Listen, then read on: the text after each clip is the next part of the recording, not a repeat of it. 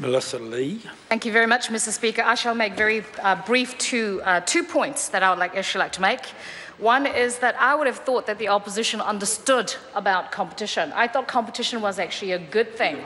That if you provide competition within telcos and actually have more than one, which is actually a monopoly, that the telcos would actually do everything that they could to appeal to customers, provide the best possible services, so they can actually get more customers. Oh, but no, they're in the Labour Party. They had a competition and they ended up with Andrew Little. That's the reason why they do not understand competition. Okay, I get it now. Sir, this is a great bill. And I was actually despairing when I actually saw on my Facebook feed a tweet, a Facebook post that a friend had actually made. She's actually visiting. She's the manager of New Zealand tourism in Korea. She's here with a bunch of travel writers, and they've been here for a week, I think, and they could not actually access internet properly in our rural areas. These are people with millions of followers, but because they've been traveling in a beautiful country, what good is beauty when there's no internet and these people are travel writers?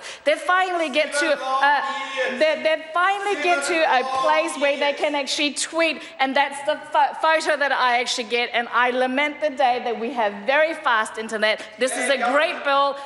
For the rural sector, this is a great bill for the New Zealand, where the businesses will grow, families will benefit, New Zealand will actually benefit as a whole. Thank you very much. The Reverend Dr. David Clark. Thank you, Mr. Speaker. Well, I mean, there's got to be some irony in the previous member getting up and decrying the government's broadband system. They've spent nearly $300 million. And the member opposite, who is a government member, is saying it is appalling. And she's right. She's right.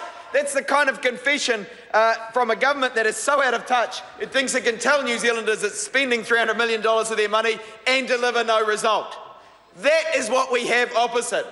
Honestly, this is reaching a ridiculous standard. But, Mr. Speaker, I didn't want to speak about that. I'm going to turn into Mr. Squeaker myself.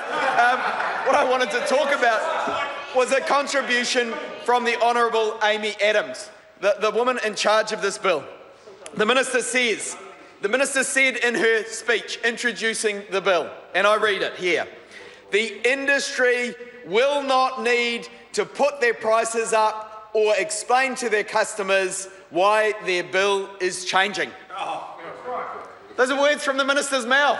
Let me read them again. The industry will not need to put their prices up or explain to their customers why their bill is changing. Well, Mr. Speaker, we've learnt during the debate that the big provider Spark is going to put up its bills, and it's going to do it in a transparent way so that people know how much the government is charging extra for this broadband service. They are going to put up their levies, and they are saying now the government has confirmed it will continue rather than reduce as they originally legislated.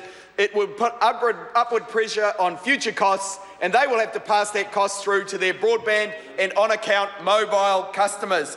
And they're exploring options for adding this cost in a transparent way to customers' monthly statements so they understand the contribution they are making to the government's Telecommunications Development Levy Fund. And that cost is going to be borne by every business, broadband and mobile customer, and that will be across all of the firms. And that is because this government is so determined to ram this through that they haven't consulted on the legislation. They're just going to impose a new tax on all New Zealanders who are interested in using these kind of internet services. That is what this government does because it is so out of touch. It is breaking its promises.